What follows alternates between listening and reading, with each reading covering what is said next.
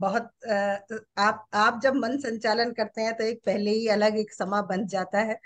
और पहले ये जिम्मेदारी मुझे सौंपी थी, आपने फिर स्वयं अपने कंधों पर ले ली। आपका बहुत बहुत शुक्रिया सर। तो मैं अपनी लघु कथा शुरू करती हूँ। शीर्षक पीछे के पुल, जैसा कि सर ने बताया। परीक्षा परिणाम देखकर मनोहर उदास हो गया। कितनी ही बार मन में विचार आया कि वह अकारण ही माता पिता की मेहनत की कमाई और अपना समय व्यर्थ गंवा रहा है।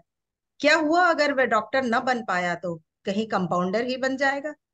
वह हड्डी विशेषज्ञ न बन पाया तो क्या? आधा डॉक्टर तो हो ही चुका है। फिजियोथेरेपी सीखकर हड्डी विशेषज्ञ के आसपास तो कहीं पहुंच ही जाएगा। उसने 12वीं में इंजीनियरिंग और मेडिकल दोनों विषय इसी कारण लिए थे कि कहीं मेडिकल में दाखिला न मिला तो इंजीनियरिंग में चला जाएगा। लेकिन अब वह क्या करेगा? अब अगर इंजीनियरिंग शुरू करता है तो 3 साल से पढ़ी हुई मेडिकल की शिक्षा बेकार हो जाती है। क्या करे और क्या ना करे। इतनी मेहनत करने के बाद भी यह हाल है। और अब तो आगे और भी पास होना बड़ा मुश्किल है। उसने अपने इंजीनियरिंग की प्रवेश परीक्षाओं के परिणाम निकाले। उसकी बुझी आंखों में एक आस की ज्योति जग गई। अपनी मेज पर उसने अब मेडिकल के साथ ही इंजीनियरिंग की पुस्तकें भी सजा दी। पिता को परीक्षा परिणाम बताते हुए वह फूट फूट कर रो पड़ा। पिताजी ने उसे ढाढ़स बंधाया, मगर मनोहर की रुलाई रुक ही नहीं पा रही थी। गला रुंध गया। उसका मन बदलने के लिए पिता ने एक युद्ध कला वाली फिल्म टीवी पर चला दी। मनोहर सिसकते हुए फिल्म देखने लगा। उसे यह देखकर बड़ा आश्चर्य हुआ कि सेना आक्रमण को कूच करते समय जहां से निकलती है वहां के पुलों को जलाती चलती है। यह तो बड़ी बेवकूफी का काम है। मनोहर सहसा उत्तेजनापूर्ण स्वर में बोला। यह उनकी स्ट्रेटेजी का हिस्सा है बेटा, पिता ने धैर्यपूर्वक समझाया। यह तो बहुत नासमझी वाली स्ट्रेटेजी हुई ना पापा। यह तो कोई अकलमंदी नहीं है। इन सैनिकों ने यह भी नहीं सोचा कि वापस कैसे जाएंगे फिर। मनोहर ने अपनी अकल लगाई। यही तो युद्ध नीति है बेटा, कि मुड़कर देखने और वापस जाने का जब कोई रास्ता ना बचे, तब ही मनुष्य अपने अस्तित्व की लड़ाई लड़ता है। जीतने के लिए सब कुछ दांव पर लगा देता है। कटिबद्ध हो लक्ष्य की ओर निरंतर आगे बढ़ता रहता है। वरना राह में सुस्ताना किसे बुरा लगता है?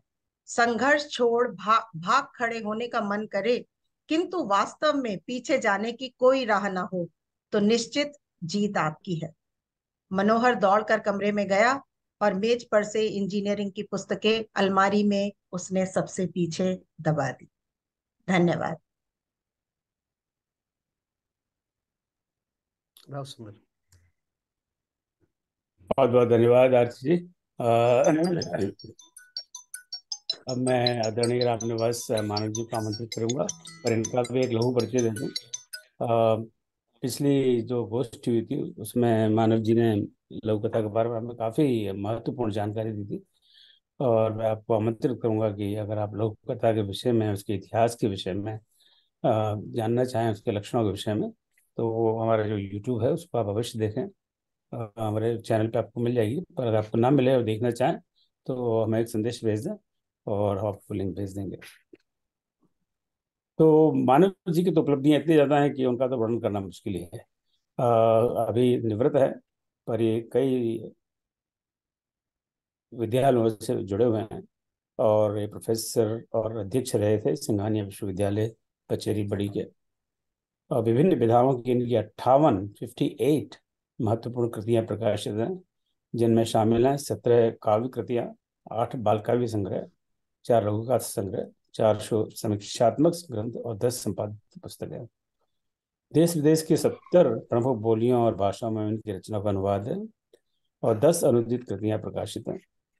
व्यक्तित्व एवं कृतित्व पर एमफिल हेतु 51 बार, पीएचडी हेतु 22 बार तथा डीलिट हेतु 1 बार शोध कार्य संपन्न हुआ है। और देश के 1 दर्जन विश्वविद्यालय द्वारा शोध निर्देशन के रूप में डॉक्टर मानव अनुमोदित हैं। तो ये इनका लघु परिचय रहा और मैं इनसे आमंत्रित करता हूँ कि जो आरती जी ने अभी जो कथा हमें सुनाई उसकी विवेचना करें और उसके गुण दोष जैसे पार्वती जी का जन्म होता है तो वहाँ पे नारद जी पहुँचते हैं, तो पार्वती जी नारद जी को कहती है, पार्वती जी के पिता माता पिता नारद जी को कहते हैं कि इस मेरी पुत्री के गुणदोष आप बताइए। तो ऐसा ही कुछ मन में भाव आ रहा है, आप उनके गुणदोष बताएं। मेरे ख्याल से गुण ही ज्यादा होंगे, दोष तो मुझे से नजर नहीं आ रहा। तो मानव जी, सादर बहुत प्रणाम। बहुत धन्यवाद ओम जी। स्वागत।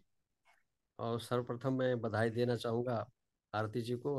इनका नव प्रकाशित जो लघु कथा संग्रह है मुझे आज ही प्राप्त हुआ है। बहुत बहुत बधाई आरती जी। दु, दूरवा दल।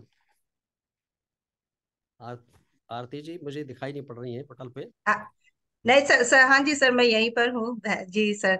सर आप मेरा सौभाग्य कि आपने उसकी भूमिका लिख के दी है मुझे, आपने और कांता दीदी ने। बहुत बहुत बधाई आपको। हाँ। जी, हाँ धन्यवाद जी। और धन्यवाद सर। दूसरी बधाई इसलिए भी कि एक बहुत अच्छी लघु कथा अभी आपने हमारे सम्मुख प्रस्तुत की, पीछे के पुल।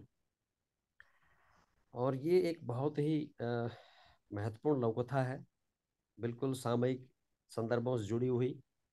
क्योंकि ये समस्या, इसमें जिस समस्या को आपने उठाया वो केवल मनोहर की समस्या नहीं है, वह आज की हर विद्यार्थी की समस्या है।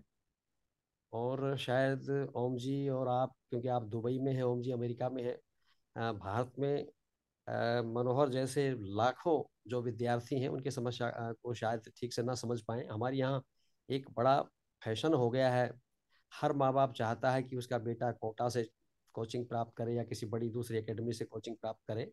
और बच्चों पर हम इतना दबाव बना देते हैं कि बच्चे आत्महत्या तक करने को विवश हो जाते हैं। और इस वर्ष का एक बहुत ही दुर्भाग्यपूर्ण आंकड़ा है कि कोटा, अकेले कोटा में नवंबर तक, बल्कि अक्टूबर तक जो है वो 26 बच्चे आत्महत्या कर चुके हैं।